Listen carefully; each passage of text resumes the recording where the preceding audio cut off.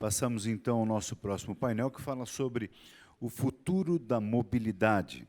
O ritmo acelerado do desenvolvimento de inovações e tecnologias em mobilidade urbana, bem como a transformação no setor de transportes, alterará o modo de locomoção e de interação das pessoas pelas grandes cidades do mundo. O painel apresentará as perspectivas futuras fortemente baseadas em tecnologias que mudarão a visão que temos sobre o transporte. Para mediar este debate, convidamos Elias de Souza, Smart Cities da Deloitte.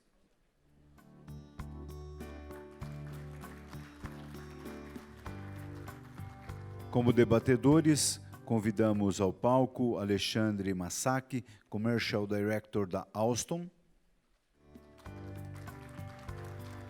Sandro Giovanni Valeri, Head de Inovação da Embraer,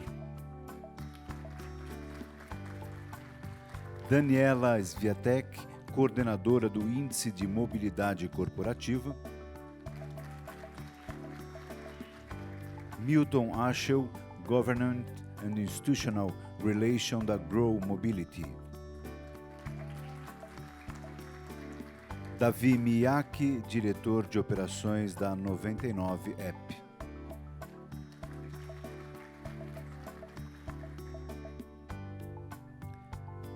Passamos, então, a coordenação dos trabalhos ao moderador Elias de Souza. Acho que para a gente mudar de assunto, né, a gente vai sair de conectividade, falar de mobilidade. Eu preparei 2 vídeos. Na verdade, o primeiro é para a gente situar o que é esse futuro de mobilidade. E depois que todos fizerem a apresentação, a gente vai passar um outro vídeo que resume um pouquinho o que a gente vai falar aqui. Só peço desculpa porque os 2 vídeos vão estar em inglês. A gente não colocou legenda ainda, porque eles são basicamente novos. Mas queria que vocês prestassem bastante atenção no que a gente está querendo apresentar aqui. E aí eu vou pedir para passar o primeiro vídeo, só cuidado com o som.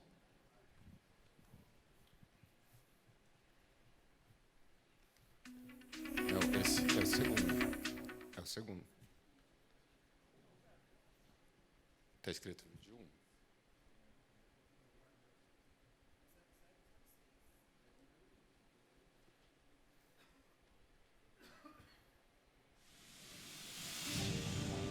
Cities have always been a driving force of innovation and economic growth, and mobility has been their lifeblood, enabling greater connectivity and better quality of life. With populations growing and infrastructure at capacity and in need of modernization, adding capacity isn't a sustainable solution. To better match supply and demand, cities need a way to orchestrate their entire mobility ecosystem, including new forms of transport. The Digital Mobility Platform connects transportation supply and demand to move people and goods more efficiently, reducing friction, increasing throughput, and enabling seamless movement across different modes. With integrated scheduling and payments, getting around would no longer require a complex calculus of timing, method, and cost. Citizens would have the power to choose the path best suited to their needs. City managers would have a bird's-eye view to monitor real-time conditions and data to clear congestion, encourage better mobility choices, and generate revenue.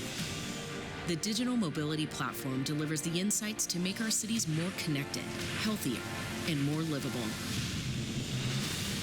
The future of mobility is faster, cheaper, and cleaner. But it requires many partners working together. Our journey is just beginning. Join us.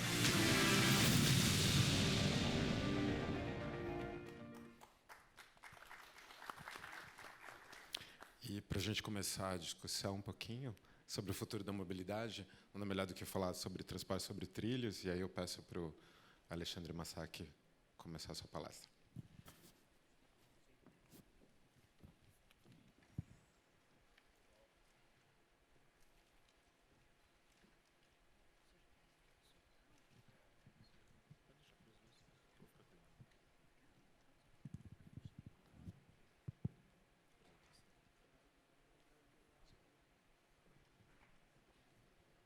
Bom dia a todos, pessoal. Meu nome é Alexandre Masaki, eu sou diretor comercial da Alstom, também sou vice-presidente da Bifer. Associação Brasileira de Indústria Ferroviária, que faz parte dessa casa aqui da Fiesp. Queria agradecer a oportunidade de estar aqui hoje. Acho que é muito importante essas discussões. Cumprimentar meus colegas de painel. E a Alstom é uma empresa 100% dedicada à mobilidade, tem todas as suas atividades dedicadas à mobilidade, mais de 36 mil funcionários ao redor do mundo, 3 mil só na América Latina. Estamos presentes em mais de 60 países.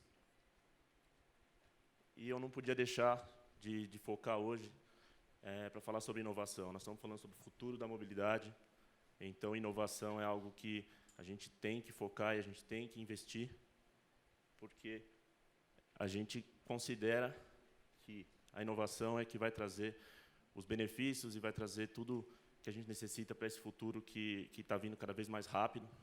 A gente considera 30% dos pedidos até 2020 vão estar concentrados em produtos recém-lançados, então isso é muito significativo. E a gente não pode deixar de investir em algo que todo mundo conhece, já existe há tanto tempo, que são os trens, mas essa evolução também caminha a passos rápidos para nós, desde de trens de carga, locomotivas, até trens de altíssima velocidade. A parte de serviços também necessita muito de inovação. Hoje os clientes demandam muito isso, a gente tem que ter forma de prever, forma de manter os nossos equipamentos e sistemas antecipadamente, antes que eles apresentem problemas. Nós temos vários produtos dedicados a isso, um mercado online também, para facilitar o contato do cliente com a empresa. Sistemas. Rapidez é uma coisa essencial hoje em dia, e a construção de infraestrutura de ferrovia é um negócio lento. Então, nós desenvolvemos também algumas soluções que aceleram essa construção de via, o UpTrack, e também inovação na área de mobilidade. A gente já ouviu hoje aqui no painel anterior, ouvimos também do Carlos sobre a importância da sustentabilidade, da eletricidade, entrando hoje no campo da mobilidade. Nós temos uma parceria estratégica com a Volvo para desenvolver a alimentação elétrica de caminhões e nas estradas, não só caminhões, mas qualquer veículo que esteja preparado para ser alimentado eletricamente. Smart Mobility, isso também é muito importante, pensando nos centros, nos grandes centros como São Paulo. Isso é essencial hoje para poder integrar não só os serviços de trem e metrô, mas também qualquer serviço de mobilidade hoje. Nós temos aqui, como parte do painel, o pessoal da 99. Então, nós temos a condição de integrar o sistema de supervisão de mobilidade e também outros serviços como carro compartilhado, ônibus, a rede de serviços de ambulância, de hospitais, polícia, gestão de crise. Então, isso é outra parte da inovação que nós investimos bastante. Tá? E, novamente, sustentabilidade. A gente faz parte desse mundo elétrico, lançamento de um ônibus elétrico, o Aptis, que já está rodando na Europa toda em testes. Já temos pedidos fechados para fornecer e substituir a frota a diesel de Paris e de Estrasburgo. E esse ponto da sustentabilidade é uma discussão latente, onde a preocupação sobre o aquecimento global é feita o tempo todo. A gente tem participado disso diariamente aqui. Nós vemos as discussões no mundo todo em função disso, quem é contra, quem é a favor. Mas é inegável que esses impactos hoje no planeta vai ter consequências no futuro. Então, nós fazemos parte de diversas associações que defendem os limites de relação à emissão de gases poluentes na atmosfera. E, muito marcante, a COP de 2015, Paris, onde foi firmado o conhecido Tratado de Paris, que setou as metas mínimas que nós temos que tentar obedecer para que a gente não destrua o nosso planeta nos próximos anos, do aumento de temperatura de apenas 2 graus até 2100, e para isso, e essas metas e essas ações já começam a valer a partir do ano que vem. Então, isso é uma discussão que tem que ser levada a sério. E qual é o papel do setor de mobilidade na emissão de gases na atmosfera? É muito grande. Dados de 2017 trazem que 28%, 27%, 28% da emissão de CO2 na Europa vem dos meios de transporte. Então, isso é muito significante. E o setor ferroviário já é um setor que é mais sustentável do que os outros, né? Comparando-se com o rodoviário, marítimo e aéreo, nós temos uma sustentabilidade melhor, um menor nível de emissão, e daí a importância ainda maior das ferrovias, porque as ferrovias podem ser uma opção, sim, ao transporte rodoviário, aéreo, marítimo, onde isso é aplicável. E ele já é conhecido como um setor sustentável porque trens elétricos, ferrovias elétricas já são uma realidade. Então, isso já vem de longos anos, então, por isso que é um setor que já emite menos poluentes na atmosfera. Mas tem uma outra questão que e quando as ferrovias não são eletrificadas? Quando o sistema não tem eletricidade disponível? E isso acontece em grande parte das ferrovias no mundo todo. Então, essa discussão de o que podemos fazer para substituir o óleo diesel por algo que seja menos poluente, mais sustentável, essa discussão é constante, latente, e isso nos levou ao desenvolvimento do primeiro trem a hidrogênio do mundo, que é o iLint, Coradia iLint.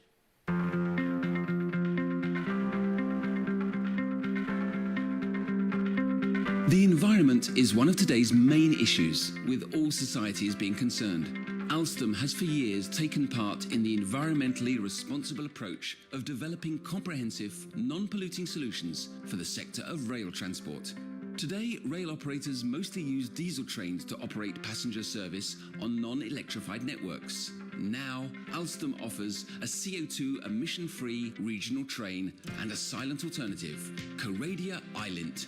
Powered by a hydrogen fuel cell, its only emission is steam of water and condensed water, while it operates with the lowest noise levels. Alstom is one of the first manufacturers worldwide to develop a passenger train based on such technology.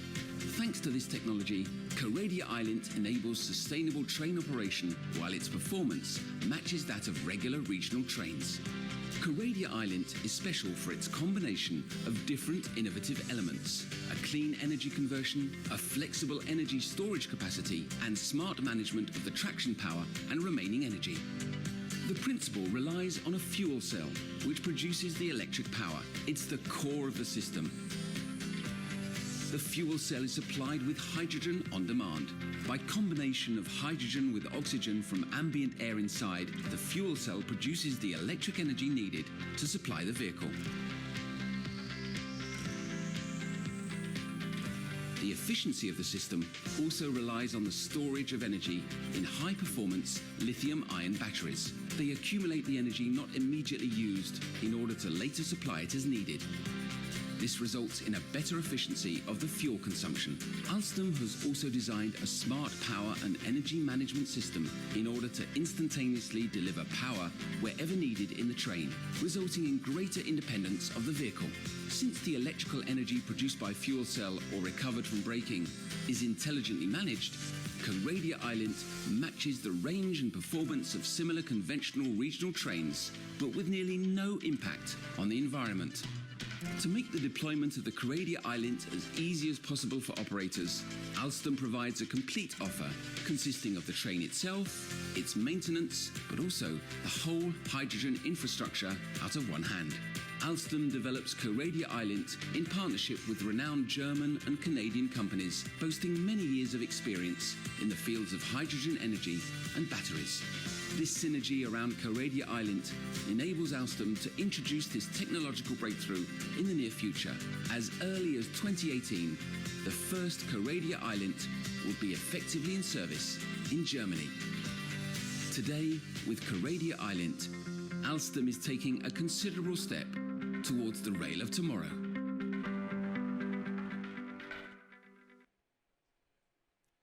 Por que hidrogênio nessa discussão? Por que a gente optou pelo hidrogênio? O hidrogênio é uma fonte de recurso abundante, ela é uma fonte de energia que não é tóxica e é uma fonte de energia que tem uma eficiência muito grande se comparado a outros combustíveis, no caso o diesel, cerca de 3 vezes maior a eficiência energética do hidrogênio. E o mais importante é que é uma energia limpa, porque ela, na sua transformação em eletricidade, ela produz simplesmente vapor da água e água. Então, você tem zero emissão de CO2 na atmosfera, contribuindo e muito aí para a preservação do planeta. E quais são os maiores benefícios desse trem, né? Fazendo um comparativo em relação à quantidade de emissão, o que um trem a hidrogênio deixa de emitir na atmosfera durante um ano equivale à emissão de 400 carros. Tá? Se você pensa numa frota inteira de trens, com 30 trens, são 12 mil carros. Isso é muita coisa mesmo. E fora o que você está contribuindo indiretamente também, quando você investe em ferrovias, tirando carros das ruas e diminuindo ainda mais a emissão de poluentes. E o hidrogênio, como é que é gerado o hidrogênio? Como é que se produz hidrogênio? Tem 3 formas básicas de se produzir hidrogênio. Uma é como subproduto de processos químicos, que isso pode ser aproveitado numa rede que você tem aí o uso de hidrogênio, mas o mais comum para a produção de hidrogênio é a reforma de gás natural. E isso é cerca de 48% de hidrogênio produzido no mundo. Você tem a produção de hidrogênio a partir dessa forma, só que não é a forma mais limpa de se produzir. E, a partir de eletrólise, alguns países, como a Noruega, por exemplo, ela já está impondo restrições à produção de hidrogênio dessa forma, exigindo que seja feito através de eletrólises e que seja através de uma fonte de energia renovável e limpa, como energia eólica ou energia solar. Tá? E o que vai determinar o quanto você está economizando de lançamento de CO2 na atmosfera vai ser a forma justamente da cadeia de produção de hidrogênio, que, quando você produz através da reforma de gás natural, você tem uma baixa bem grande, 45%, mas ainda assim não é uma energia 100% limpa. Tá? Mas quando você fala em eletrólises, sim, 100% limpo, porque você vai estar produzindo desde a produção até o uso do hidrogênio, você não vai estar emitindo nada de CO2 na atmosfera. E essa é uma figura que demonstra como seria isso, né? A energia sendo gerada a partir de forma eólica, gerando hidrogênio a partir de eletrólise e alimentando um trem que tem zero emissão quando você converte em energia elétrica. E quais são as diferenças básicas entre um trem a diesel e um trem a hidrogênio? Não são tantas. O que tem de diferença, basicamente, é a troca da forma de tração, que passa de ser diesel, passa a ser elétrica. Você tem como forma primária de combustível o hidrogênio, que vai produzir energia para alimentar a tração. Uma forma secundária, que são baterias de íon lítio, que vai armazenar a energia excedente gerada pelo uso do hidrogênio e também serve para armazenar, de forma mais sustentável, toda a energia gerada através das frenagens dos trens, a energia cinética transformada em energia e colocada de volta nas baterias para ser utilizada posteriormente. E a ideia não é ter um trem a hidrogênio, mas sim um sistema completo que vai desde o fornecimento do próprio trem em si até a construção e operação de uma infraestrutura de hidrogênio e a manutenção desse sistema. Tá? E essa parte da construção e operação é feita através de parcerias com empresas já renomadas no setor de fabricação de hidrogênio e que estão junto com a gente aí nessa empreitada para que isso tome corpo. E todo mundo me pergunta sempre, mas o trem a hidrogênio é uma coisa que ainda está no papel, é um negócio teórico, quando que fica pronto, isso vai vir para o mercado? Ele já é uma realidade. Desde 2018, nós homologamos esse trem em julho de 2018 na Alemanha, e em setembro de 2018 a gente já começou a operação dele em uma linha hoje que é a diesel, que não tem eletrificação, tem trens a diesel, então nós estamos fazendo um piloto, e onde o trem lá circula diariamente, e já, sem problema, já rodamos estamos há mais de um ano rodando, e mais de 150 mil quilômetros rodados até o momento. E o grande desafio é ter uma infraestrutura de hidrogênio que seja simplificada e que traga para valores que sejam acessíveis para que se implante um sistema como esse. E, para esse piloto, nós desenvolvemos uma estação móvel de alimentação de hidrogênio, mas a ideia é que, a partir de 2020, de 21, 22, se comece a operação completa desse sistema de uma frota completa desses trens, nessa linha, que roda no noroeste da Alemanha, na Baixa Saxônia. E, nesse meio tempo, estamos desenvolvendo também a infraestrutura de hidrogênio para que isso seja otimizado, de forma que esses custos comecem a se baixar também. Tá?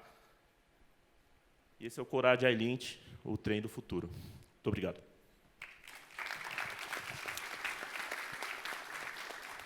Obrigado, Alexandre. Para a gente mudar de modal, ver o que a Embraer está fazendo em mobilidade, vou pedir para o Sandro, seu próximo palestrante.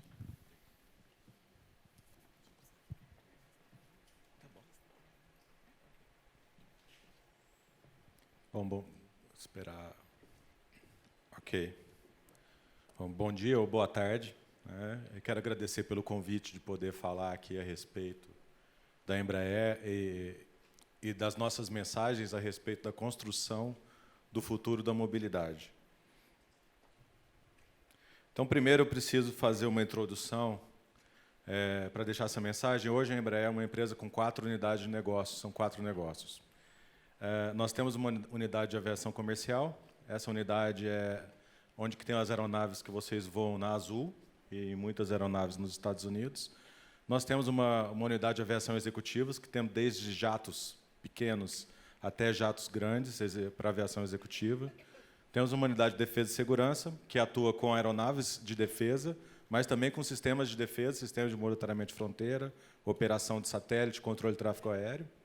E, por fim, nós temos também uma área de suporte, que são centros de manutenção de aeronave e distribuição de peças de reposição que nós temos pelo mundo. Então, esses aqui são os negócios da Embraer, por enquanto. Então, aqui eu quero trazer... Tem uma operação em andamento nos órgãos reguladores. Nessa operação, nós vendemos 80% da nossa divisão de aviação comercial, que são aquelas aeronaves da Azul. Então, essa venda resultou em uma nova empresa chamada Boeing Brasil, da qual a Boeing é dona de 80%, e a Embraer é dona de 20%. Além disso, a gente está criando mais uma joint venture controlada pela Embraer para poder vender o KC-390 pelo mundo. Então, a Boeing nos ajuda a vender o KC-390. A Embraer continua sendo uma empresa listada em bolsa, continua tendo uma golden share, mas focada, a partir de agora, nesses 3 negócios. Então, nós somos focados em aviação executiva, em defesa e segurança e na área de serviços. Então, aqui eu acho que vale a pena fazer esse disclaimer. Por quê? Porque a estratégia que eu vou mostrar de construção do futuro tem a ver com essa Embraer aqui, que começa a partir de 2020. E tudo que eu mostrar aqui não tem nada a ver com a Boeing comercial e não tem nada a ver com a Boeing. Bom, então, falando um pouquinho sobre inovação. Tá? Esses aqui são os nossos focos de futuro. Então, eu trago aqui os focos de futuro. Foi muito legal assistir aqui as palestras e aos painéis anteriores, porque a gente viu Cybersecurity AI aí. Então, eu vou explicar um pouquinho do futuro.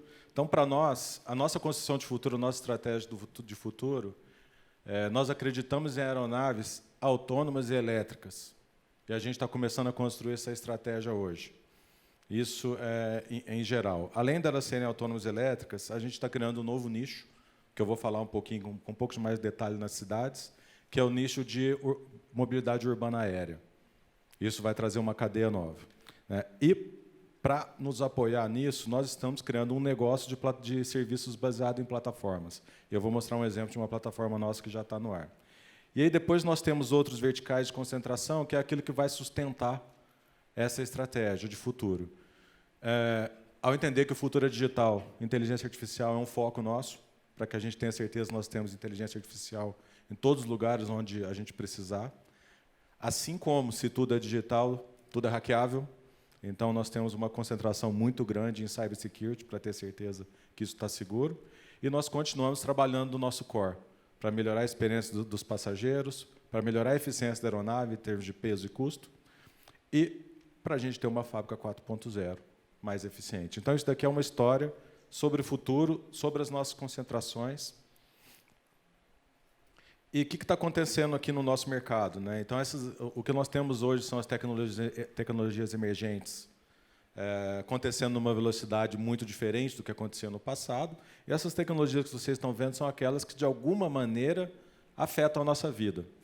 E elas afetam a nossa vida não de maneira individual, elas afetam a nossa vida juntando-se e criando novas tecnologias a partir da junção dessas tecnologias. Então, isso aqui é um ponto muito importante que a gente monitora o tempo todo para ver o que está acontecendo.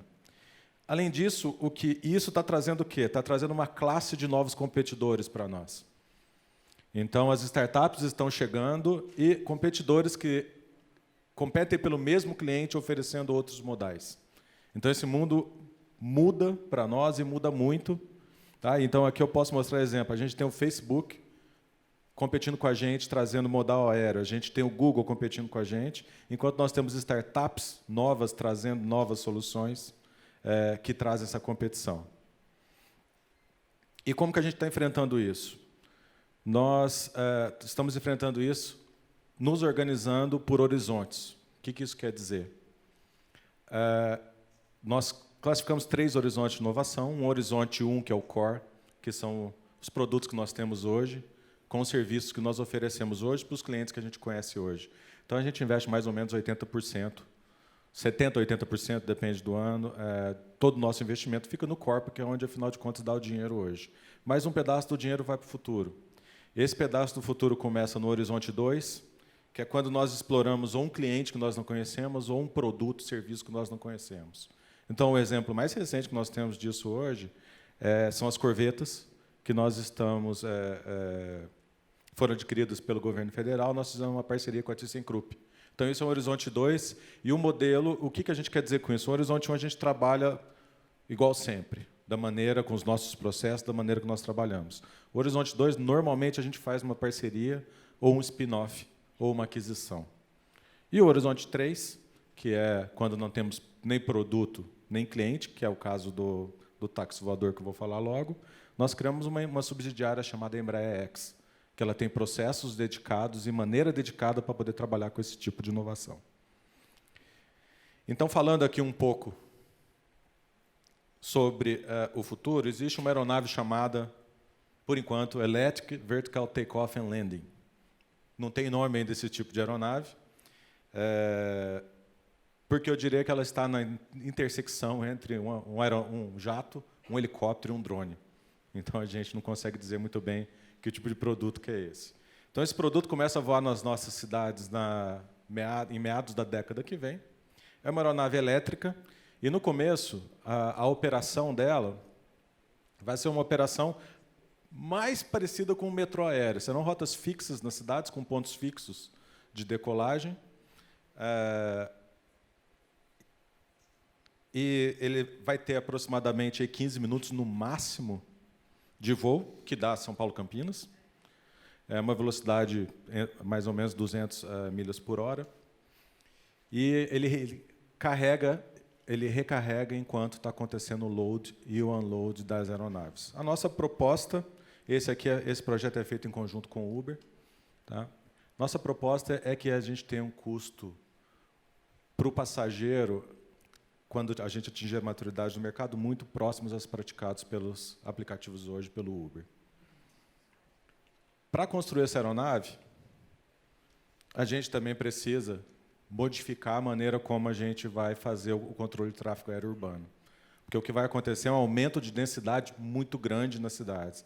Então, tem um projeto também que nós já começamos com a nossa subsidiária ATEC, com a Harris dos Estados Unidos, que é começar a retrabalhar os softwares e a forma de controle de tráfego aéreo nas cidades, de maneira que a gente consiga ter esse controle, o aumento da densidade cadenciado.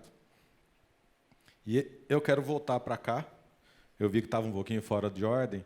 O que a gente entende aqui com esse novo negócio é que nós estamos construindo um novo ecossistema. Então, assim como foi falado pela Alstom, que tem um novo ecossistema em torno de hidrogênio, em torno da mobilidade urbana, nós também temos um novo ecossistema. E esse ecossistema passa, obviamente, pelo avião, que é o pedaço que a gente trabalha, e pelos serviços, mas ele também começa a passar por infraestrutura. A gente vai ter que construir prédios específicos para isso, nós vamos ter que construir estações de carregamento para isso. E passa por todo o pedaço de certificação. Então, nós estamos trabalhando junto com os órgãos homologadores do Brasil, Estados Unidos, Europa e Austrália, criando os novos processos de certificação para esse tipo de aeronave. E o que mais que a gente está fazendo, então? Ali eu mostrei mais na parte de mobilidade aérea urbana, e aqui vamos para a parte de eletrificação. Então, nós estamos começando como um projeto de pesquisa, um demonstrador, que é o Ipanema, nossa aeronave de agricultura, em parceria com a VEG. Nós devemos voar essa aeronave aí nos próximos meses. E isso é uma preparação para ir, então, as aeronaves que nós chamamos são as aeronaves de asa fixa. Então, o anterior estava com asa rotativa, que é o eVTOL. Esses daqui é preparação para asa fixa. Bem como essa daqui é uma foto do taxiamento autônomo em aeronaves em jato de asa fixa que nós fizemos há 2 meses atrás. Então, no avião, a parte mais difícil, acreditem, é o taxiamento, a parte mais difícil de se fazer autônomo. Então, isso aqui, nessa parceria com a Federal do Espírito Santo e com algumas das investidas nossas, nós já fizemos esse primeiro taxiamento e agora começando a trabalhar e exercitar bastante nas pistas do Brasil. Chegando próximo do final, eu trago aqui um pouco da inteligência artificial. Então, o que a gente está fazendo para sustentar isso? Então, hoje nós temos mais ou menos aí 3 estratégias diferentes para a inteligência artificial. Uma estratégia é desenhar in-house. Então, tudo aquilo que a gente entende que é core, que faz sentido para nós vendermos os serviços, nós criamos os algoritmos, nossa equipe de cientistas de dados cria os algoritmos, e nós trabalhamos isso e oferecemos como serviço. Alguns exemplos, o Red Pro, mais antigo, era Machine Learning, eu vi que a gente falou aqui, mas quando a gente chega no Icon e quando a gente chega no Fly Analytics, a gente já começa a ir para Deep Learning, que são serviços oferecidos para os clientes. Tem uma parte as a service, a parte as a service é aquilo que não está no nosso core. Normalmente são os processos ou de escritório ou processos fabris. Então, a gente compra serviço, geralmente de startups. E nós fazemos investimento naquilo que a gente entende ser o futuro, naquilo que a gente precisa adquirir conhecimento e tecnologia. Então, aqui tem alguns exemplos. A Aquarela é uma startup brasileira, que tem algoritmo proprietário, uma das mais avançadas que a gente conheceu. A Motor é a startup brasileira de carro autônomo, e a gente investiu porque nós estamos começando a transformá-la em voo autônomo também, e eu vou fazer um comentário no final sobre isso. E tem 2 startups americanas de hardware. A EngineML é em nuvem para aumentar a velocidade, e a Exnor AI ela é hardware miniaturizado e de alto poder de processamento para que a gente consiga fazer os voos autônomos. E uma plataforma também que nós já está no ar é uma plataforma de operar serviços como se fosse um Uber de peças de reposição de mecânicos. Então, esse aqui já está operando nos Estados Unidos, logo deve chegar aqui para o Brasil. Então, tudo isso a gente vê e começa a digitalizar a cadeia. Para fechar, fomos uma empresa que crescemos desde o Bandeirante, chegando até o E2, baseado na aviação comercial. A gente recomeça essa história acreditando que nós vamos criar mais uma ruptura no mundo. O primeiro veículo dessa ruptura vai ser o eVTOL, seguido do controle de tráfego aéreo, e mais para frente a gente começa a acreditar em ver novos produtos lançados, aeronaves híbrido-elétricas, e bem mais para frente, meados da década de 30, a gente começa a ver as aeronaves elétricas voando nas nossas cidades. E aproveitando que eu estou aqui na Fiesp, com empresários, espero com empreendedores aqui também, né? Um comentário a respeito da criação dessa cadeia de valor. Essa cadeia de valor hoje não existe. E o que a gente está vendo a respeito dessa cadeia de valor é que boa parte do Tier 1 e do Tier 2 estão nos Estados Unidos e na Europa. Boa notícia, essa é uma má notícia. Qual que é a boa notícia? A gente percebe que as universidades brasileiras têm capacidade e têm conhecimento, e ainda dá tempo, né? Então, eu queria deixar uma mensagem aqui. Existe uma cadeia inteira para ser criada. E mais uma boa notícia. O Tier 3, provavelmente, tanto do elétrico como do autônomo, vai ser compartilhado com a indústria automotiva. Então, faz muito sentido a gente estimular isso no Brasil. Fica aqui uma mensagem nossa de estímulo para que a gente consiga trazer essa cadeia, porque ela vai ser de muito valor agregado nas próximas décadas. Obrigado.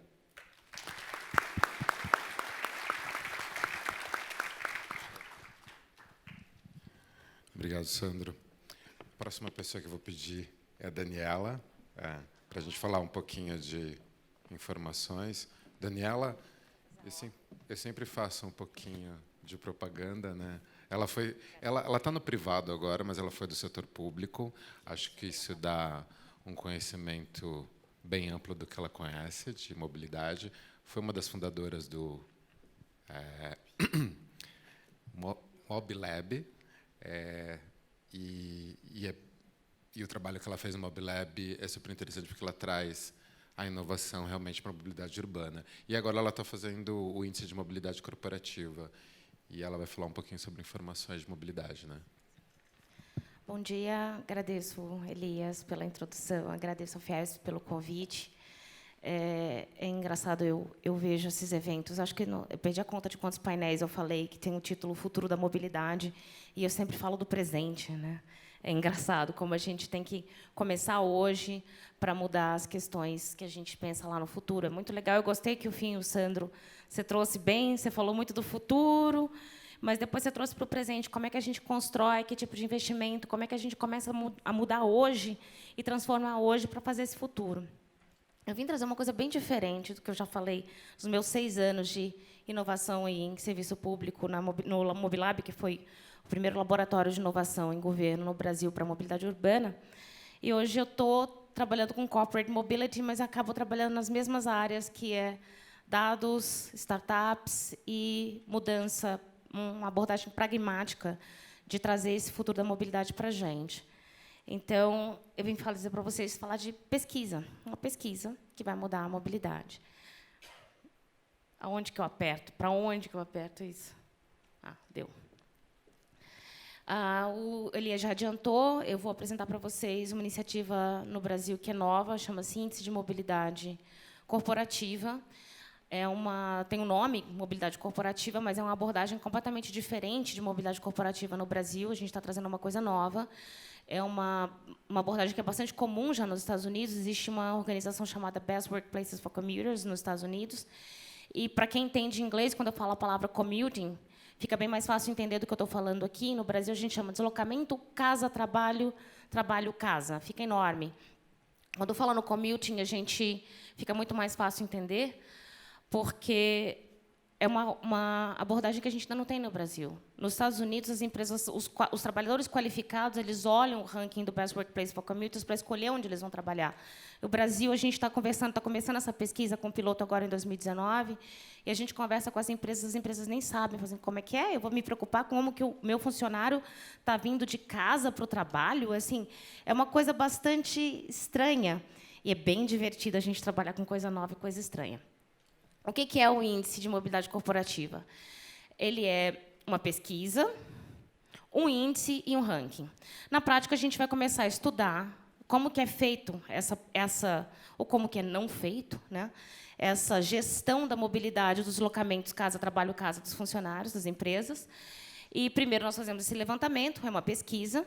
Cada empresa que responde ao questionário, né, que participa da pesquisa, não é só um questionário, tem mais do que isso, obtém um índice, que é baseado no modelo computacional. A gente joga lá, a gente até brinca, porque a Deloitte é parceira nossa nesse índice, tem os 3.500 deslocamentos dos funcionários da Deloitte todos os dias, só na cidade de São Paulo. A gente joga no modelo computacional, então a gente pega toda dados que vão desde as formas, os modais, até os custos de deslocamentos individuais e até as emissões que cada empresa faz. Então, a gente, com base nesse dado da pesquisa e no modelo computacional, a gente coloca um índice para cada empresa, então uma pesquisa, um índice e um ranking, porque depois a gente vai mostrar para o mundo quem são as melhores. As empresas que participaram do piloto ficaram muito preocupadas se iam aparecer as que não estão entre as melhores. Então, a gente não vai divulgar quem não estiver entre as melhores, só as melhores, que é para a gente fazer o que a gente quer, que é uma mudança de prática. Só para ter uma razão por que a gente está trazendo essa metodologia americana para o Brasil e por que ela é tão importante, a gente tem hoje ainda 62% das pessoas trabalham em centros comerciais, elas vão de carro. Tá? Gente, não, primeiro, tá? Eu trabalhei com o setor público, transporte público, eu não demonizo o carro. Tá? Eu, inclusive, peguei um carro de aplicativo para vir para cá hoje. Então, a gente tem que saber como que a gente lida e organiza os diferentes modais dentro das cidades. Tá? As pessoas vão de carro para o trabalho. Só que a maior parte desses carros vai com uma pessoa só. Né? Acho que é comum, talvez vários aqui tenham vindo para cá hoje de carro com uma pessoa só no carro. É comum. Porém, gente, né, a gente fala que os ônibus emitem muitos, mas a gente tem 15 mil ônibus da SP Trans rodando na cidade. Na verdade, nem isso, é 13.900 e poucos. Né? Um ônibus polui mais que um carro, mas a gente não tem nem 14 mil ônibus rodando na cidade, ao passo que a gente tem mais de 6 milhões de veículos. Então, 90% dessas emissões são causadas por carros. Né? Não é para demonizar, mas é como que a gente organiza isso. Né? E aí o cenário, estava falando que as empresas aqui no Brasil ainda não estão acostumadas, estão estranhando. O que é isso, você trabalhar o deslocamento dos seus funcionários? Né? As empresas, hoje em dia, a gente está pedindo o CEP dos colaboradores, eles não têm isso atualizado. A gente pergunta, quantos dos seus funcionários usam fretado? Essa informação não se tem. Quanto mais quando custa uma vaga de estacionamento, quanto mais quanto tempo o cara fica dentro do congestionamento até chegar até a empresa. São informações que as empresas não têm. O que a gente está falando, gente, de um contingente enorme. A maior parte das pessoas trabalham todos os dias. A maior parte dos deslocamentos PHOD é casa-trabalho, trabalho-casa. Então, a gente está falando de muita gente que se desloca por dia. E aí a gente tem falta de informação no segmento. As empresas realmente não sabem até... E gente, assim, eu botei ali, provocação mesmo. As empresas não sabem se as políticas são eficientes, quanto elas custam, e nem se seus funcionários estão felizes com ela. A gente sabe que a produtividade das pessoas depende da felicidade. A gente fica aí com mil técnicas de RH, quando a gente tem coisas simples nas nossas mãos para mudar, como, por exemplo, fazer horário flexível e evitar o engarrafamento dentro do estacionamento da empresa.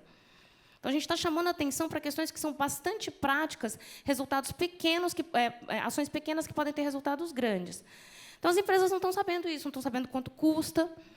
Mas não só falta informação no segmento, como falta comprometimento das empresas com o seu ambiente urbano. A gente olha aí para o lado, um ambiente cheio de engarrafamento, eu adoro essa charge. Aonde você quer viver? Você quer viver no engarrafamento? Você quer viver na outra cidade, que tem árvore, que tem espaço livre? A maioria das pessoas escolhe o lado livre. E aí a gente pensa assim, quem é que tem a responsabilidade de transformar esse ambiente da esquerda ou da direita? Esquerda, direita. Né? Setor público. Eu trabalhei 6 anos na Prefeitura de São Paulo tentando fazer isso. Né? E continuo trabalhando isso porque o índice vai ter esse ponto aí também. Mas a gente tem que entender que as empresas também têm a responsabilidade.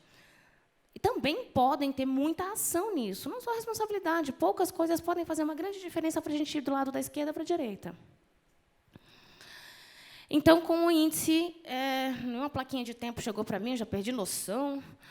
A avaliação do panorama de mobilidade das grandes empresas no Brasil, ou seja, a gente vai construir esse panorama. Essa informação que ainda falta no Brasil, a gente está começando a construir, porque o índice teve o seu projeto piloto lançado esse ano, em 2019. A gente acabou de encerrar a parte de coleta de questionários, mas quem não conseguiu, não soube participar, quer participar, ano que vem tem mais, a gente vai expandir. A gente também pretende conscientizar as empresas sobre a importância dos investimentos, ou seja, a gente tem que começar a abrir a cabeça das pessoas, entender que não só ajuda a gente a transformar aquele ambiente urbano daquela figurinha da esquerda para a direita, como a gente ajuda a melhorar custos. A gente, vaga em estacionamento de empresa não é barato. Saúde, os gastos com saúde nas empresas são enormes. Como é que a gente pode melhorar isso? Então, assim, a gente vai começar a mostrar para as empresas que tem muito impacto com pouca ação quando a gente começa a tratar desse tema de mobilidade corporativa dos deslocamentos dos funcionários. E também outras possibilidades que a gente quer para a implementação de novas políticas. Porque, na hora que a empresa percebe que o cara passa maior parte, e isso acontece, do congestionamento do tempo que ele vem de casa até o trabalho, é em volta da própria empresa. Quem trabalha na Berrini sabe disso, quem trabalha ali na Chucre sabe disso. Quando vê isso, as pessoas começam a se preocupar com o seu ambiente urbano, começam a ver que, se mudar o entorno da empresa, melhora muito a chegada daquelas pessoas ali. Eu mesma vim de carro hoje aqui, vim super bem de casa, até aqui peguei engarrafamento aqui na Paulista. Se eu trabalhasse na Paulista e viesse de carro, eu pegaria engarrafamento. Então, assim, como que a empresa pensa isso? Né? Então, pode também causar uma possibilidade de a gente fazer novos relacionamentos público-privado como que as empresas se relacionam com a política pública do ambiente urbano ao seu redor. E, por fim, a gente pode fazer um bom impacto ambiental e social e muito na felicidade dos colaboradores, né? Aqui, eu ia pular, eu também estou igual o Sandro, estou fora da ordem. E eu queria ter falado disso antes, né? Que a gente está fazendo esse piloto, e as empresas que participam do piloto, elas obtêm um diagnóstico individualizado, a gente está pegando esses CEPs, essas informações todas. Por quê? Para conscientizar as empresas, a gente precisa mostrar para elas que elas precisam da informação. Falei que falta informação no segmento, elas precisam dessa informação. Então, a gente está mostrando para elas, com diagnóstico, com pouca informação, como a gente consegue construir já grandes soluções, né? E falei que também tem o ranking, né, que é uma pesquisa, um índice, um ranking, porque a gente tem uma premiação. Tem um evento grande de mobilidade corporativa no Brasil, que chama-se WTW, vai ser agora na primeira semana de novembro, e as empresas que ficarem melhores colocadas no ranking estarão lá no palco recebendo o prêmio conosco, e fazendo um benchmarking positivo, né? Influenciando. A gente não vai divulgar quem não está bem no ranking, mas a gente vai divulgar as melhores práticas para começar a mostrar que você conseguir ter informação de como é esse deslocamento, prestar atenção, usar soluções simples. Gente, muitas dessas soluções são baseadas em startups. Aí vem a relação com o meu passado de Mobilab, de aceleração de startups de mobilidade. Muitas soluções são muito simples, podem ser implementadas por startups, são baratas e podem fazer grande diferença. Então, a gente tem aí um potencial enorme de economia, de inovação, de entender que a gente precisa ter as informações, precisa ter os dados e precisa usá-los em prol da melhoria da vida das pessoas. E como funciona, já falei, é uma aplicação de um questionário, a gente tem uma análise quantitativa, tá? A gente tem um questionário com as políticas da mobilidade corporativa, um modelo computacional, onde a gente faz uma análise de deslocamento baseado no CEP dos funcionários, gente, isso tudo sem identificação nenhuma, sem nenhum dado pessoal, e todos os nossos formulários são feitos pela Ibope Inteligência, que tem todas as certificações internacionais de segurança de dados, para não ter nenhum vazamento, para ter essa segurança para todas as empresas. E também tem uma pesquisa qualitativa, em que a gente vai construir um cenário de futuro e a gente vai divulgar esses resultados. Ao final, eu coloco o site do índice para vocês verem, ficarem de olho lá. E ano que vem, quem quiser participar pode estar com a gente. Nós temos uns parceiros institucionais muito bons, WRI Brasil, Great Place to Work, o Instituto Ethos, Welcome Tomorrow, o Instituto Pará, que são quem a gente vai fazer toda essa divulgação das empresas. Né, os ganhadores, né, os melhores colocados no ranking, estarão no palco principal do WTW. É um evento para mais de 3.000 pessoas, com muita cobertura de mídia, então a gente quer influenciar positivamente, mostrar que não é também pegando nas coisas que estão dando errado, é mostrar o que está dando certo para influenciar esses comportamentos. E nós temos, é bom o Davi estar aqui, porque a gente tem o patrocínio da 99, e a realização é de uma startup, gente. Essa ideia saiu de uma startup, eu brinco que eu saí do Mobilab de ter chefe político para ter um chefe startupeiro, é muito legal. Mas a gente está curtindo bastante um projeto que tem toda a cara de startup, e a metodologia, como eu disse, os questionários online são do Ibope, que é uma empresa incrível, está sendo um bárbaro trabalhar com eles, e a metodologia, a gente tem a parceria com o Best Workplace for Commuters, que é base da metodologia toda deles. A gente está, de fato, importando uma coisa que já deu certo. Ninguém está reinventando roda. A gente está trazendo uma coisa que já funciona muito bem nos Estados Unidos, já tem uma premiação, já é consagrado. E eles, acreditem, ofereceram a nós, gratuitamente, toda a metodologia para ser aplicada no Brasil, exatamente para conseguir conscientizar as empresas, mudar o ambiente urbano e fazer um mundo melhor, sim. É isso que a gente quer fazer, e a gente está conseguindo até apoio de muita gente por fora. Aí vocês têm o meu... eu fiz o favor de tirar meu sobrenome do e-mail, porque ninguém consegue falar meu sobrenome, mas índicedemobilidade.com.br é o site, vocês podem olhar. Acabou já o prazo de resposta das pesquisas, acabou segunda passada, há uma semana, mas esse, como eu disse, foi um projeto piloto. A gente, ano que vem, tem mais. Espero que a 99 seja com a gente de novo ano que vem, porque foi uma parceria super legal. E aí a gente pode, quem tiver interesse, botei até o meu celular aí, pode me contatar. Eu estou empolgadíssima com esse projeto e atendo qualquer um para a gente conversar e saber melhor como é, e a gente ter todas as empresas participando ano que vem e mudando essa cultura e mudando as cidades com a participação de todas as empresas. Obrigado, Obrigada. Dani. E agora, falando sobre um pouquinho de economia compartilhada, pedir para o Milton falar um pouquinho sobre essa nova modalidade, ou atual.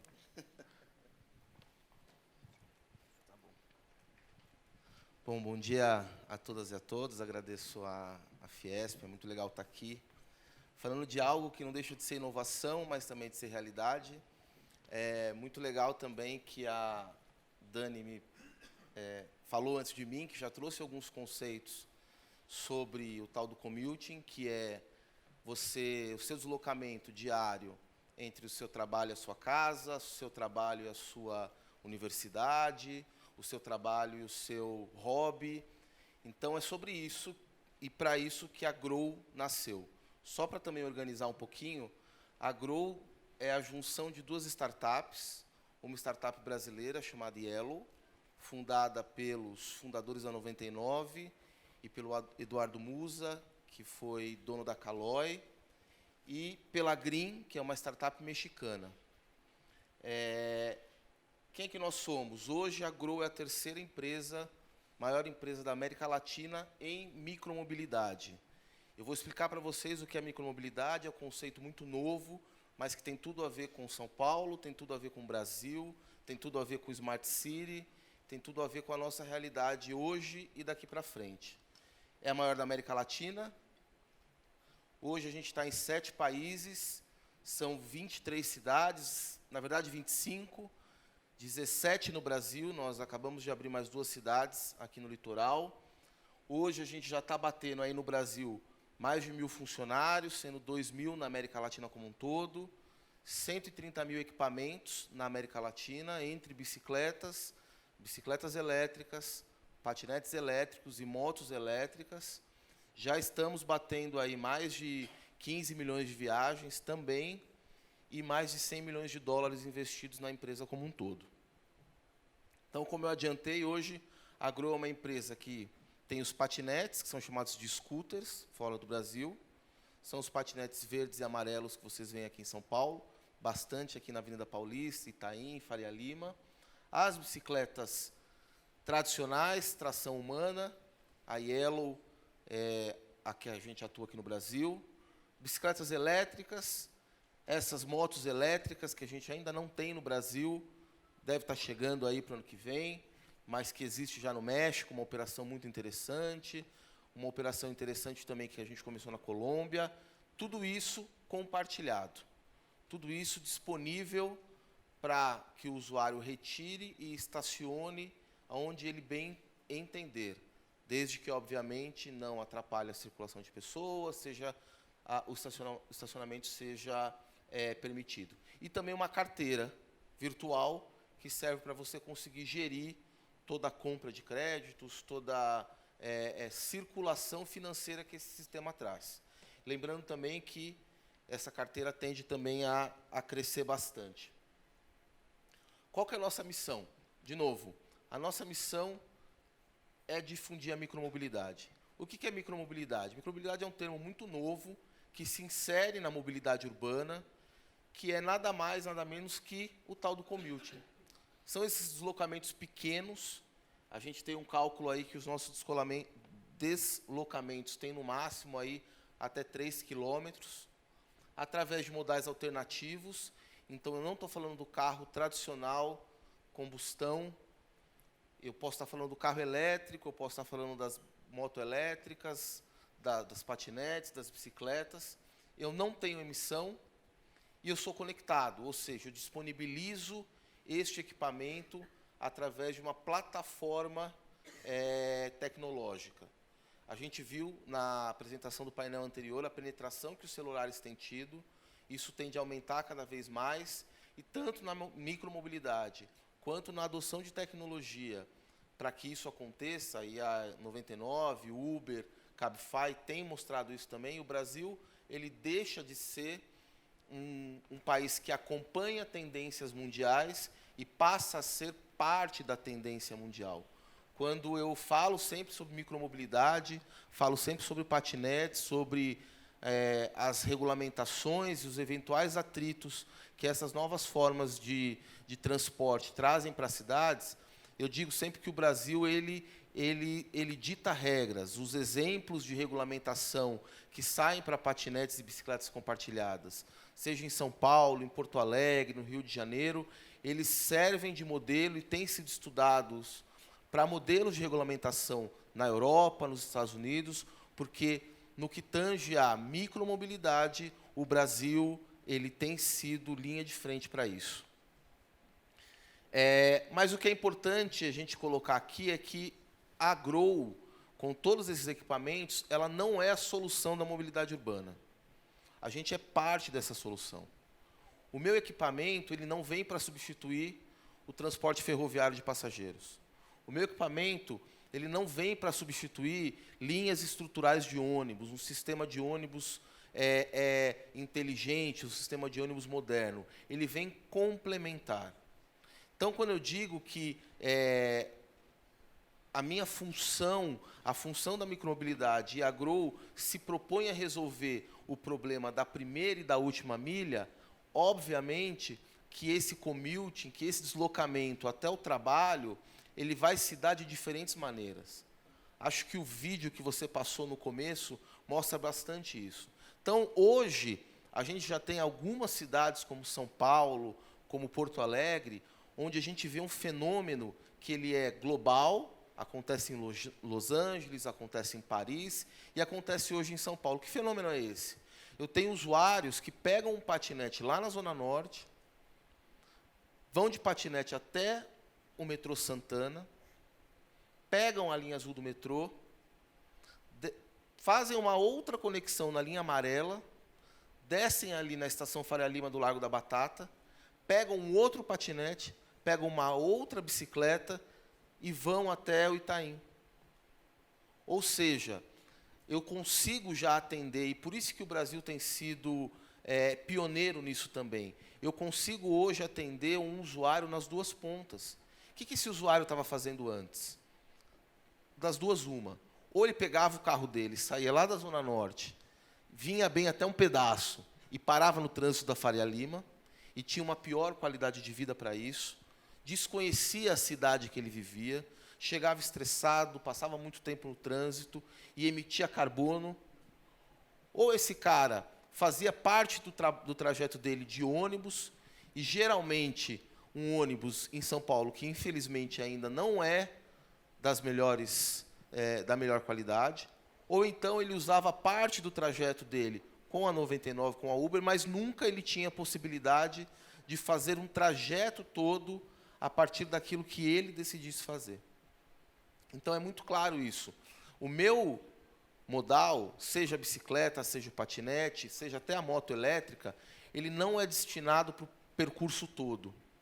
Ele é destinado a fazer conexões com o transporte estrutural das grandes cidades. Qual que é uma externalidade positiva que isso traz? Eu reduzo o trânsito, eu estou trocando viagens de carro curtas por viagens de patinete e bicicleta. Tem uma pesquisa global que já mede que a cada 3 viagens de patinete, eu tiro uma viagem de carro da rua. Então, o potencial de escala é muito grande. Eu reduzo a emissão, eu dou acesso econômico a alternativas diferenciadas, eu faço conexão com o transporte estrutural e, além de tudo, eu tiro as pessoas do carro. E, de novo, eu vim de carro hoje. Eu fiz uma série de coisas antes de vir para cá e precisei estar de carro. Mas, a partir do momento que, eventualmente, num momento do dia ou num momento da sua semana, que você tem a oportunidade, tem a opção de sair do carro, pegar uma bicicleta, pegar o patinete, fazer aquele transporte, fazer aquele trajeto de uma maneira diferenciada, você começa a entender a sua cidade de uma maneira diferente. Então, a partir do momento em que você, ao invés de ficar parado no trânsito da Faria Lima, você desce do carro, você desce do ônibus, pega um patinete e percorre o trecho entre o Largo da Batata e a Juscelino de patinete, você vai ver a sua cidade de um jeito diferente. Você vai se apropriar da sua cidade de um jeito diferente.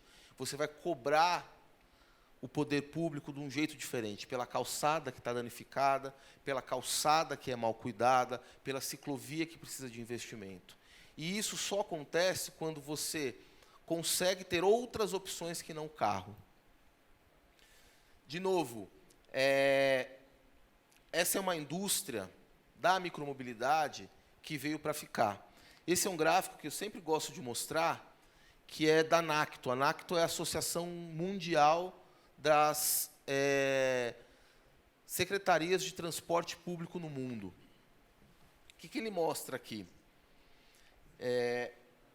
Ele mostra aqui que, em 2010, você tinha 321 mil viagens por ano, e a barra verde é uma barra voltada à bicicleta compartilhada com estação.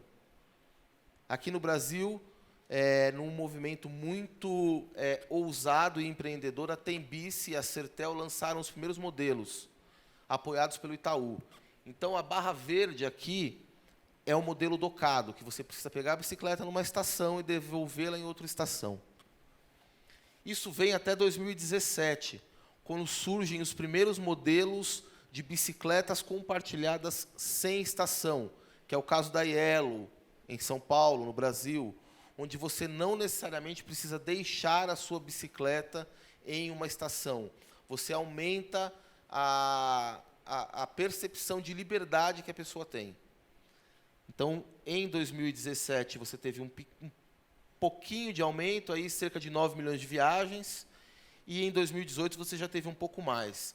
Quem adivinha o que é essa barra laranja que surgiu em 2018? É o patinete elétrico. Então, a adoção do patinete elétrico globalmente, ela traz um ganho em viagens compartilhadas que é de praticamente 100%. Então, de um ano para outro, eu mais do que dobro a quantidade de viagens, com a introdução de um único modal, que é o patinete elétrico. Por que isso? Porque o patinete ele traz algumas vantagens que a bicicleta não traz. A maior delas é que você não precisa pedalar.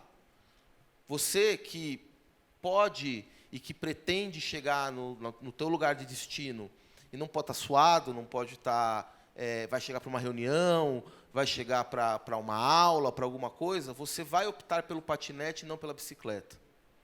Outra coisa, o patinete elétrico ele é menor, ele ocupa menos espaço no ambiente urbano.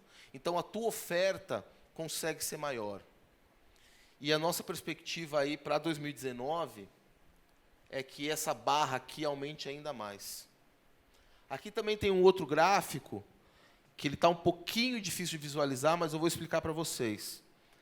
Essas curvas aqui são as curvas onde as empresas, a maioria delas startups, chegaram ao número de 10 milhões de corridas primeiro. Então, quando eu venho aqui, eu tenho essa curva um pouco mais acentuada, é a Uber. Então, a Uber ela chega a 10 milhões de corridas em mais ou menos 6 meses de operação, ou 9 meses de operação. Essa outra menor aqui, que tem uma curva muito parecida, é a maior concorrente da Uber no mundo.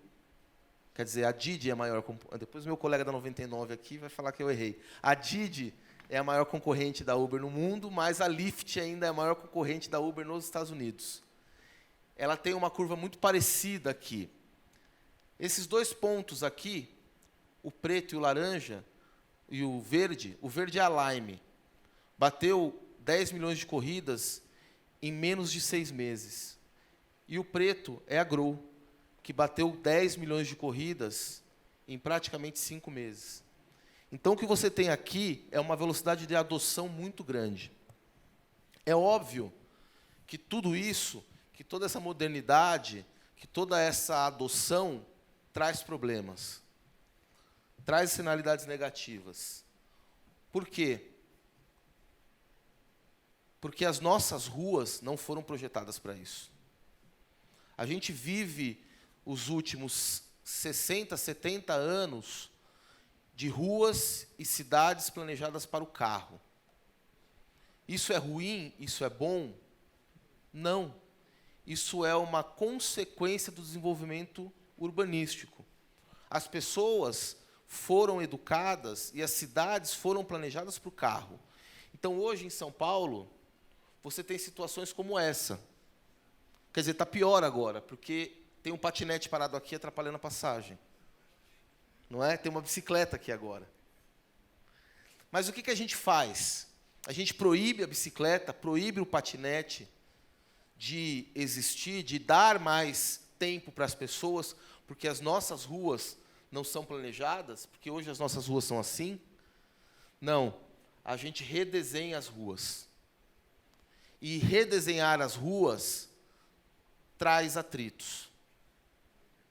Redesenhar as ruas tira as pessoas da zona de conforto. Quem dera São Paulo toda fosse como uma Avenida Paulista, como uma Faria Lima, que tem calçadas largas, que tem espaços bons para pedestre, para o carro, para o ônibus. Mas essa é uma realidade que é minoria no Brasil como um todo. Então, o nosso esforço como empresa, como Grow, é trazer essa reflexão para o poder público, é trazer dados, porque todas aquelas viagens que a gente faz, você coleta dado para isso. Você é smart para isso. Você consegue desenhar novas ruas para isso. Mas também é um trabalho de educar o nosso usuário. Então, a gente espera, eu espero que lá na década de 30, quando a Embraer estiver instalando aí os seus... O que pontos? Não sei. Vertpoints. Que eles estejam aqui, no meio dessa cidade, onde você vai poder pegar um patinete e ir até um Vertpoint e pegar a sua conexão para Campinas. Era um pouco disso, um pouco dessa reflexão. Isso já tem acontecido. Lisboa está transformando vaga de carro em vaga de patinete compartilhado, porque os patinetes precisam ter lugar para estacionar. A Paulista já fica aberta. As pessoas, aos poucos, e aqui, de novo, como a Daniela colocou, não é demonizar o carro, é entender que existem outras opções além do carro. E aqui é uma coisa muito interessante. Essa aqui é uma rua de Nova York, que você tinha esse estacionamento aqui. Aí a prefeitura resolveu fazer uma praça nessa área. Os comerciantes foram contra, porque era o estacionamento do comércio. A prefeitura fez mesmo assim. 172% a mais de fluxo financeiro foi gerado para o comércio por conta dessa praça. Porque virou um lugar agradável, porque as pessoas iam na praça e passavam pelo comércio local. Redesenhar as ruas não vai ser bom para a Grow. Redesenhar a rua e a cidade não vai ser bom para o moderninho de patinete. Vai ser bom para as pessoas que vivem nas cidades. Era isso.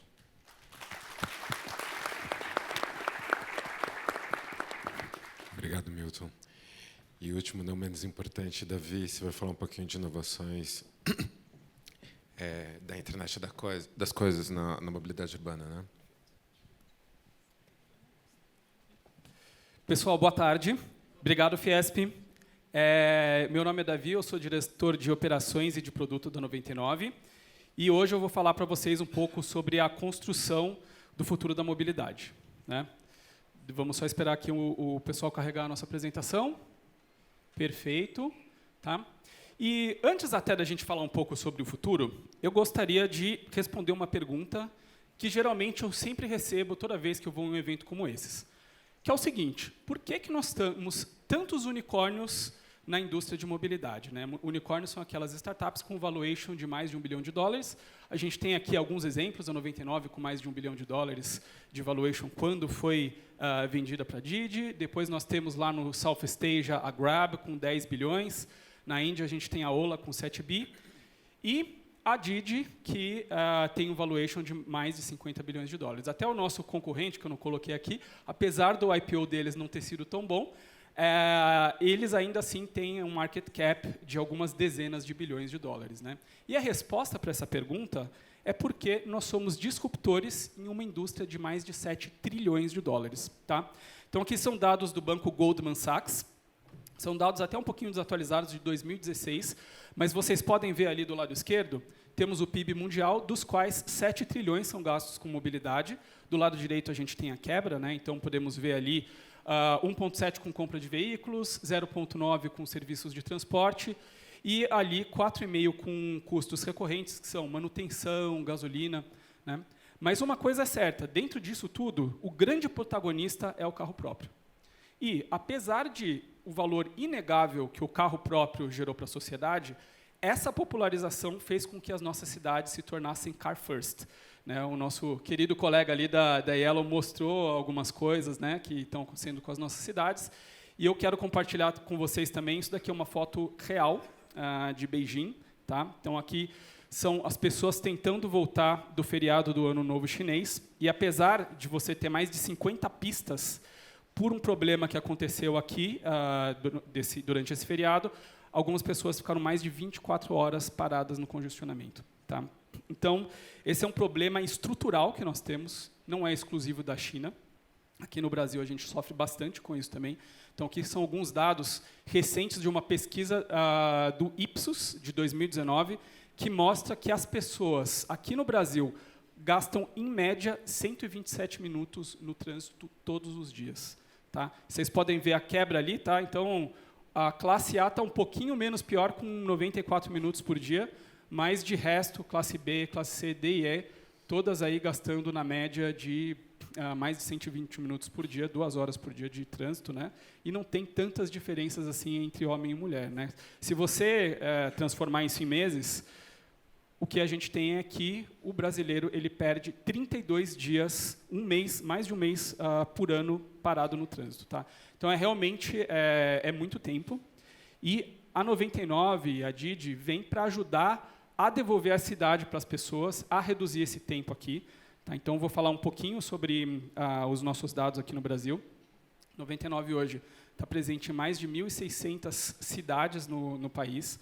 Tá? Nós temos ativos na plataforma todos os meses, mais de 600 mil motoristas fazendo corridas conosco e mais de 18 milhões de passageiros. Tá? A gente não abre os nossos números exatos por uma questão aí de concorrência, que é bem forte aqui no nosso mercado, mas eu posso afirmar para vocês que todos os meses nós fazemos algumas dezenas de milhões de corridas aqui no Brasil. Tá? Hoje nós já somos uma plataforma multicategoria, então nós temos o táxi, nós temos o Táxi Top, que é a versão premium do táxi. Nós temos o Pop, que é o nosso grande carro-chefe. Temos o Comfort, que são carros maiores, com motoristas com as melhores notas. E temos também o Compartilha, que é a nossa solução para compartilhamento de corridas. Tá? E isso aqui é no Brasil. Vocês sabem muito bem que a gente se tornou unicórnio, né, e nós fomos adquiridos pela Didi. E essa foi uma aquisição que deu muito certo. Né? Em um pouco mais de 1 ano e meio, a empresa já cresceu mais de 5 vezes aqui no Brasil. Né? Vocês que são empresários sabem, as estatísticas para M&A realmente é bastante difícil, mas aqui a gente conseguiu, de forma muito consistente, continuar crescendo e cada vez com maior rentabilidade. Né? Quando a gente olha para a China, aqui é um pouco do mapa mundial. A 99 faz parte da Didi, que é uma empresa global que começou na China. Para quem não é familiarizado, né, a China hoje é o maior mercado de ride-hailing e foi palco de uma luta muito forte nesse segmento de mobilidade. A Didi começou a sair aí nos artigos internacionais depois que fez a aquisição da operação da Uber na China. Né, e hoje a Didi está presente no mundo inteiro em mais de 1.000 cidades, cobrindo aproximadamente 80% da população mundial. Tá? E hoje, a Didi já é uma plataforma que a gente chama aqui de One Stop Transportation Platform. Tá? Então, aqui eu estou dando o exemplo da China, né? Mas a gente já tem mais de 30 milhões de corridas todos os dias. É muita corrida. Para vocês terem uma ideia, o nosso competidor, quando foi fazer o IPO, teve que abrir os seus dados. E o nosso competidor, em todos os países do mundo, juntos, onde ele opera, faz 17 milhões de corridas por dia. Tá? Então, hoje a Didi é quase o dobro. Se você anualiza isso, nós estamos falando de 10 bilhões de corridas todos os anos. Tá? E nós já temos, como eu mencionei, realmente um grande número de soluções diferentes para vários casos de uso. Né? Então, a gente fala muito aqui das bicicletas. A Didi já tem bicicletas na plataforma faz mais de 2 anos, em uma escala de algumas milhões de bicicletas operando lá na China. Tá? E tem soluções como carros compartilhados, a nossa solução equivalente aqui ao 99 Pop, temos táxi, temos minivan, temos carros de luxo. Então, realmente, é uma plataforma que atende diversos tipos de usuário em diversos tipos de caso de uso diferente. Tá? Além disso, nós temos uma série de soluções para Smart Cities, que é o que eu vou falar com vocês aqui com um pouquinho mais de profundidade. Tá? E, quando a gente fala de toda essa escala, obviamente, isso gera uma quantidade muito vasta de dados. Né? Aqui eu vou colocar alguns números para vocês, também globais. Né? Então, a gente tem mais de 4.800 terabytes de dados processados todos os dias, mais de 40 bilhões de requests, né? Então, de chamadas de corrida todos os dias. E eu estou falando esses números todos, né? Não é nem para esclarecer que, na verdade, o Didi é o maior player mundial, mas para ressaltar uma coisa muito importante.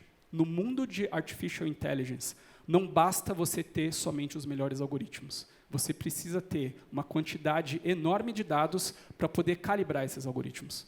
E hoje, a plataforma da Didi tem realmente essa vantagem estrutural, e isso se reflete em algoritmos que acabam trazendo mais eficiência para a plataforma. Então, por exemplo, os nossos algoritmos de despacho, tanto lá fora como no Brasil, eles são muito eficientes, porque eles passam por essa calibração. E a gente usa esses dados não somente para aumentar a eficiência do nosso serviço, mas a gente percebeu que eles têm um valor muito grande também para ajudar as cidades. Tá? Então, em 2017, nasceu a nossa iniciativa global de Smart Cities. Hoje a gente tem uma solução chamada Transportation Brain, tá? O cérebro do transporte, em que a gente trabalha junto com governos para ajudar a aliviar o trânsito nas cidades. Tá? Então, é uma grande plataforma, é uma camada de inteligência artificial que roda em cima dos dados, que já são gerados naturalmente da nossa plataforma, e esses dados ajudam os governos a desenvolver políticas de transporte e também a implementar soluções de alteração dinâmica de semáforos, tendo impacto real aqui no trânsito das cidades. Tá? Então, essa daqui é uma figura que mostra mais de 20 cidades hoje na China, tá? Que já operam a solução da Didi. Então, essa é uma inovação com impactos reais hoje. Tá? Hoje a gente tem mais de 20 cidades, muitas delas com mais de 1 milhão de habitantes, e hoje essa plataforma controla mais de 1.300 semáforos com impacto de redução no trânsito entre 10% e 20%. Tá? Você pode pensar que, puxa, 10% e 20% não é tanto, mas lembrem-se que, né, por exemplo, nos dados do Brasil, o brasileiro perde mais ou menos 1 mês por dia no trânsito. 20% disso é quase uma semana que você consegue devolver de volta para as pessoas. Né? Então, eu vou dar aqui um exemplo. Essa daqui é a cara do sistema para uma cidade. Tá? É a cidade de Jinan, para quem não está muito familiarizado. É uma cidade que tem 5,8 milhões de pessoas, então é uma cidade muito grande. Então, aqui você tem acesso a uma série de dashboards. Um deles é o que a gente chama de mapa de fluidez. Tá? Aqui, na verdade, está estático, mas, na verdade, se você abre esse sistema, ele é dinâmico, ele mostra em real time qual é a condição de trânsito dentro de uma cidade, que eu coloquei uma outra cidade também para ilustrar, chamada Lizhu. Tá? Na verdade, essa cidade também é muito grande, ela tem 3,8 milhões de habitantes, e ela sofre muito, muito com o trânsito. Vocês podem ver essas bolinhas aqui, elas são as intersecções onde vocês têm semáforo, onde a gente tem semáforo. Então, o governo consegue, através de um dashboard central de controle de tráfego, entender o que está acontecendo, agir em cima de algum tipo de anomalia. Puxa, de repente aquilo ficou vermelho, será que deu um defeito lá? Ou a gente teve um acidente? Então, isso é usado para ações imediatas.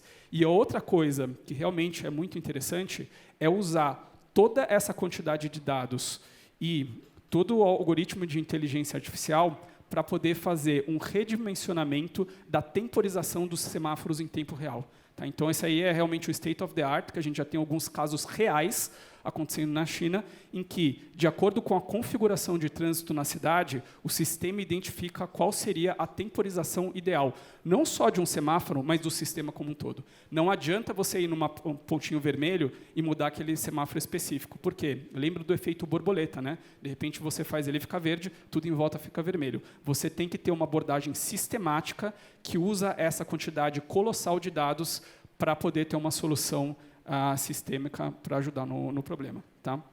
Outro ponto interessante também, em termos de inovação, pensando no futuro da mobilidade. No painel anterior, acho que o pessoal falou muito aí sobre o carro autônomo, então não vou me alongar. A Didi tem já um piloto real rodando em Xangai.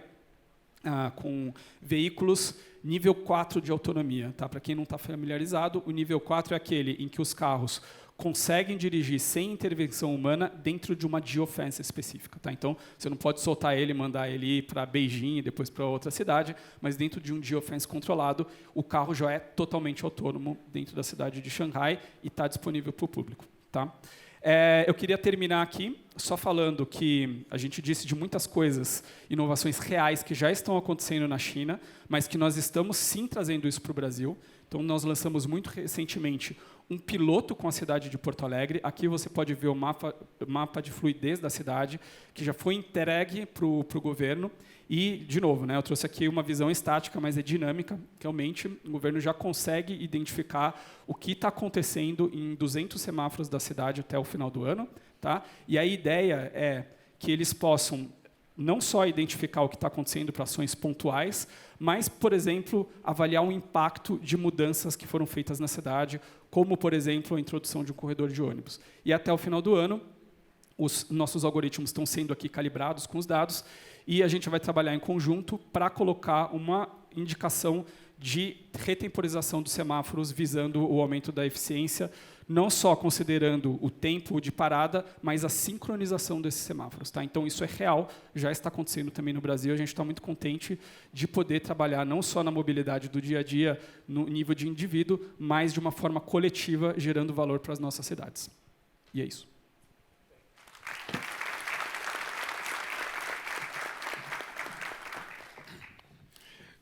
Como eu tinha prometido, tinha um vídeo no início e agora a gente tem um vídeo no final. A explicação do vídeo é a gente fez um personagem fictício e aí ele se movimenta ao longo do dia pela uma cidade.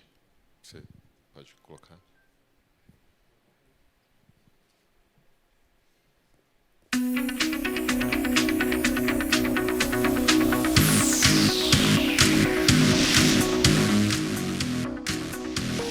It's time to go. Let's see how I'm getting home tonight. Mobility managers use advanced analytics to combine Ben's trip history, current circumstances, data from millions of other commuters, and information from different modes of travel across the city to provide a set of tailored, seamless options. Payment providers allow Ben to pay by the mile. Insurance companies deliver customized per-trip insurance that accounts for Ben's particular route and mode of transit. I need groceries. I can pick them up at the station and then take a pod home.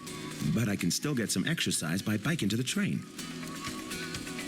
City planners work with the private sector to operate and maintain critical infrastructure, from bike racks to train platforms.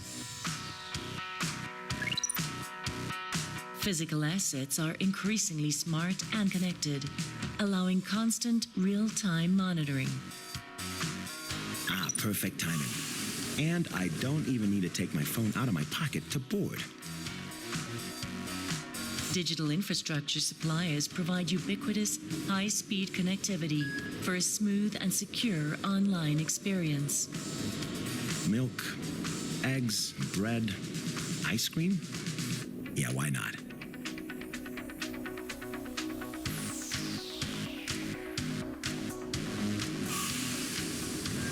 Retailers and logistics providers enable nearly on-demand provisioning of products to Ben. Well, I got my groceries. Now I just need to grab a pod, and I can catch a bit of the game. Fleet operators store, maintain, and deploy shared autonomous vehicles throughout the city. Vehicle manufacturers build an array of shared self-driving options to meet the varying needs of Ben and the millions of other travelers. Content providers offer a variety of options, from entertainment to business applications, each supported by advertisers and subscription fees. Wow, that was fast. Now I just check the fare summary, grocery bill, rate the trip, and it's time to relax.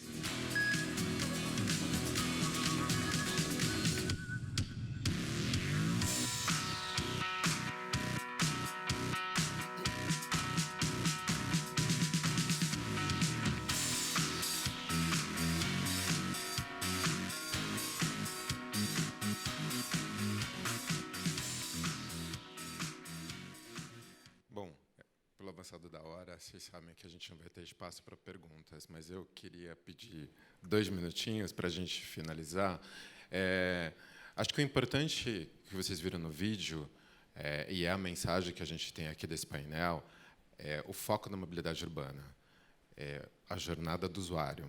A gente nunca pode encarar mais, ou não deve mais pensar com mobilidade voltada para o transporte público, nem pensar que a gente tem um destino que você sai de casa para o trabalho, você tem um percurso ao longo do dia. Esse é o percurso do bem que a gente está mostrando ali, é fictício. Várias tecnologias já foram implantadas, estão implantadas no Brasil. Lógico, o carro autônomo ali ainda não está sendo possível, mas ele vem avançando, e vem avançando rápido. Mas o que é possível entender é como isso pode se conectar e se tornar o percurso do usuário ao longo do dia. A gente falou aqui sobre o transporte sobre trilhos, que é muito importante em grandes cidades como São Paulo. A gente falou aqui as inovações que a aviação está trazendo para a mobilidade. A gente falou sobre a mobilidade corporativa, que é importante dentro da mobilidade urbana. A gente falou de micromobilidade, que se conecta com a mobilidade ativa, porque, além de falar sobre a última milha da onde você se desloca, também está envolvido o caminhar, que muita gente esqueceu ao longo do dia, ou com o tempo que a gente também caminha para buscar um transporte público, para pegar seu carro, ou para fazer qualquer coisa ao longo do dia. E, por fim, a economia compartilhada trazida pela 99, que foi uma revolução. A ideia toda, né, quando a gente fala de mobilidade, não é pensar ela de forma individual, mas é a gente pensar o que ela traz de benefício para a cidade. São 3 coisas que estão muito conectadas com cidades inteligentes. A primeira ela ajuda no desenvolvimento econômico, porque ela ajuda a gerar emprego, porque ela permite que as pessoas cheguem nesse emprego, ou que elas procurem um emprego, ou permite que as empresas recebam profissionais, porque eles não moram dentro da empresa mais. Ele ajuda a criar formas sustentáveis da gente preservar os recursos naturais, até porque eles estão ficando cada vez mais escassos, mas também criar novas formas, como foi trazido aqui por algumas soluções, da gente pensar em quais são os recursos naturais que a gente vai preservar para o futuro. E, por fim, a gente cria a qualidade de vida do cidadão. Por mais que a gente tenha aqui um público que é focado no empresário, a gente não pode esquecer. O setor público não é capaz de prover toda a infraestrutura necessária. A gente depende do setor privado para que, de forma colaborativa, a gente leve cada vez mais soluções como essas. E, junto com o setor público, o privado possa fornecer essas soluções. Esse é o meio da gente prover e focar no dia a dia do usuário e focar na qualidade de vida do cidadão, de forma que ele possa, ao longo do dia, usar o seu médico, ter diversão, chegar ao trabalho, ir para a escola, cuidar do seu filho, viver em família. Essa é a mensagem que a gente queria dar nesse painel, e eu queria agradecer a Renata por ter convidado todos nós. Muito obrigado. Peço desculpas de a gente estar avançado, mas obrigado por vocês terem ficado aqui com a gente até agora.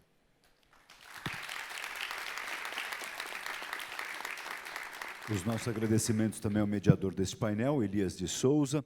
Lembramos que à tarde teremos ainda um painel que fala sobre o futuro da energia e também a palestra com o Fábio Gandur, Scientist, Innovation e Designer. Faremos a seguir um intervalo para o almoço e retornaremos às 14h30. Até já.